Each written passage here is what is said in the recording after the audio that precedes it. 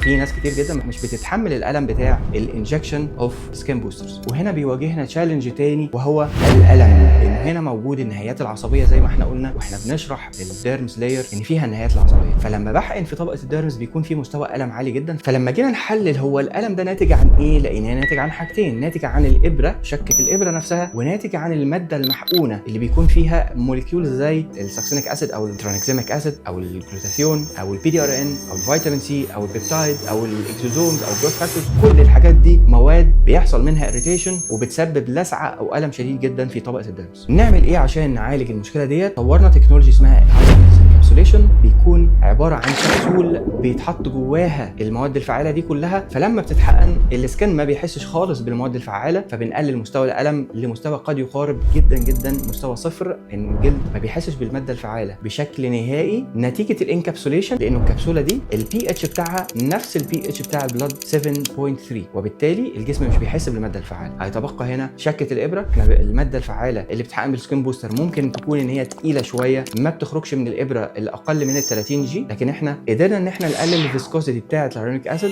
بشكل انسيابي، انها تطلع من الابره ال 32 جي اللي هي 32 جولج، ودي بشكل كبير جدا ما بتتحسش اساسا. فهنا احنا حلينا مشكله الالم. كمان الانكابسوليشن ده بينتج عنه فايده اضافيه وهي سستين ريليز، انه الماده الفعاله مش بتخرج للسكان مره واحده، بتفضل انكابسوليتد لمده 24 ساعه. خلال ال 24 ساعه دي بيحصل لها سستين ريليز، وبالتالي مقارنه بالسكين بوسترز العاديه الماده الفعاله بتمتص من الجلد خلال 4 الى 6 ساعات ماكسيموم في اقصى حالات، وفي افضل سكين بوسترز الموجوده في العالم كله. لكن احنا قدرنا نوصل انه سكين بوسترز يحصل لها سستين ريليز خلال 24 ساعه، يعني 4 اضعاف السكين بوسترز العادي. ومن هنا استفدنا بان احنا خلينا الالم بقى صفر، قللنا الانفلاميشن والاريتيشن الناتج عن المواد الفعاله الاريتنت، استفدنا ان احنا في سستين ريليز يعني لونج لاستنج افكت لا يقل عن 3 اضعاف السكين بوسترز العاديه. عشان في ناس كتير جدا بتخاف من الانجكشن.